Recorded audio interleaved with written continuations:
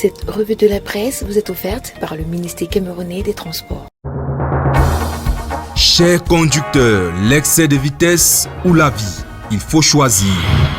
L'inattention, l'imprudence, l'impatience ne vont pas avec le volant. Ceci est un message du ministère des Transports. Bonjour à tous et bienvenue à cette nouvelle édition de la revue de la presse camerounaise. Commençons ce matin avec le quotidien national bilingue Cameroun Tribune, pour qui le pain fait à base de farine de patates, de manioc, de maïs, c'est du pain béni. Depuis quelques jours, plusieurs boulangeries et autres acteurs artisanaux proposent à la consommation du pain et des pâtisseries à base de farine locale. Et malgré les prix encore un peu élevés, les consommateurs adhèrent, affirmant que la qualité en vaut le coup. La lumière sur cette filière naissante, qui ne demande qu'à être encadrée et encouragée, est à retrouver ce matin des pages 10 à 11 du quotidien national bilingue Cameroun Tribune. Le quotidien L'économie pose une interrogation à sa grande une ce matin s'agissant du blé. Pourquoi le Cameroun peine à produire à grande échelle? Le pays dispose pourtant des potentiels agroécologiques et scientifiques importants pour la densification de cette filière. Suivant l'Institut de recherche agricole pour le développement l'IRAD, la production actuelle est évaluée à seulement 6 tonnes par hectare. L'information vous l'aurez en page 3. En petite une, on parle de décideur. Christophe Eken, élu président des chambres consulaires d'Afrique francophone. Dans le Mongo, Grace Dome Invest envisage la construction d'une usine de fabrication de jus de fruits. Et puis consommation, la Nord ordonne le retrait de certains produits Kinder des espaces commerciaux. Le quotidien L'Info à chaud qui en parle également ce matin, titre suspicion d'infection à la salmonella, la Nord fait retirer Kinder du marché. Mais en grande une ce matin, le quotidien parle plutôt de Douala où un médecin a été kidnappé hier, mercredi. Et puis complexe scolaire Yona, un élève est accusé d'avoir tué son principal. L'information a été à retrouver en page 2. Le quotidien Mutation qui parle également de cet incident ce matin à sa grande une, titre rebelote à l'école du poignard. Encore un enseignant poignardé par un élève à Yaoundé. La violence se banalise en milieu scolaire. L'information complète vous l'aurez en page 5. En page 4, on parle de Mabanda où le préfet est appelé en sapeur-pompier. Et puis spéculation à tout prix et à tous les prix. Parlant également de prix ce matin, le quotidien bleu d'Amalmana nous renseigne que les prix du pain, du riz, de l'huile, du ciment, des fruits et bien d'autres s'envolent. Le magazine des faits actuels s'est également intéressé ce matin à la vie chère et nous renseigne que les ménages sont à rude épreuve. Le Cameroun subit une flambée des prix des produits de première nécessité, une situation qui fait baisser le pouvoir d'achat des populations et complique la gestion dans certains ménages.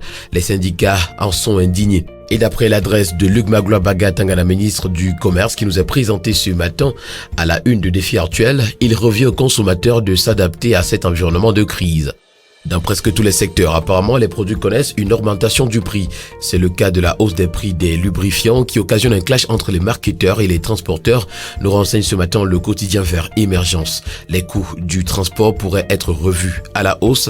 L'information, vous l'aurez en page 3.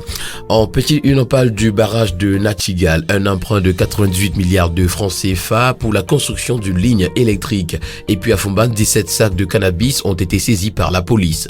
Parlons santé à présent avec le quotidien Éco-Santé qui, s'agissant d'hôpitaux publics, nous fait savoir que le docteur Manaouda Malachi exige l'humanisation des soins sans condition.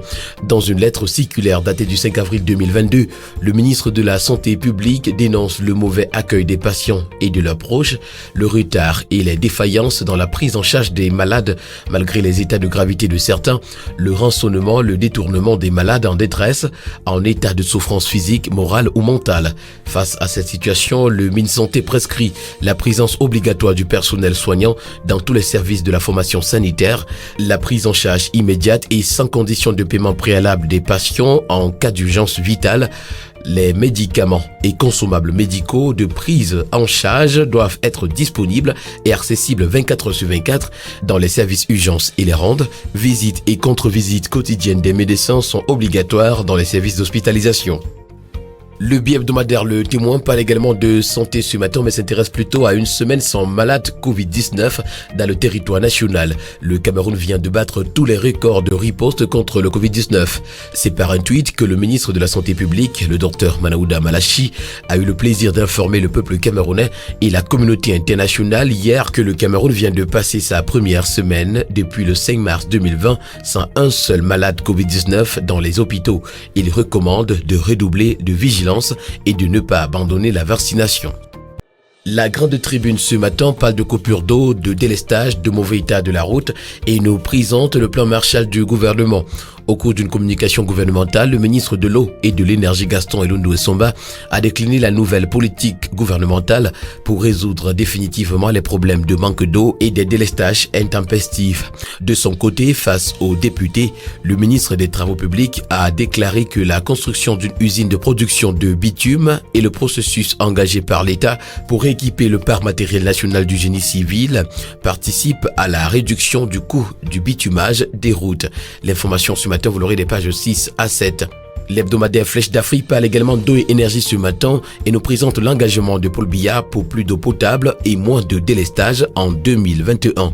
Gaston Elundou Essomba a présenté avec beaucoup de détails la feuille de route du gouvernement pour réduire les coupures d'électricité et augmenter la quantité d'approvisionnement en eau potable. Le ministre a redit l'engagement des pouvoirs publics pour tout faire dans l'amélioration du quotidien des Camerounais en matière d'eau et d'électricité en 2022. Et dans la crise énergétique que connaît notre pays, Gaston Elundou Essomba n'est ni Dieu ni diable, nous renseigne ce matin l'hebdomadaire Diapason à sa grande une. Le bi-hebdomadaire L'Indépendant nous permet de comprendre ce matin la délimitation Essengue-Yupwe s'agissant du domaine portuaire public. L'ordonnance 74-2 du 6 juillet 1974 fixant un régime domanial est formel. Les biens du domaine public sont inaliénables, imprescriptibles, insaisissables et insusceptibles d'appropriation privée. D'après le quotidien Le Messager, à Douala 2e, à Yupwe précisément, 5000 ménages sont dans la tourmente, alors que les conciliabules ont cours entre le port autonome de Douala et les occupants dits illégaux de son espace. De nombreux propriétaires d'infrastructures sociales ne savent plus où donner la tête. Le bi-hebdomadaire Le Financier d'Afrique qui en parle également ce matin nous présente les clés de compréhension des domaines portuaires de Yupwe et Essengue dans ses colonnes ce matin.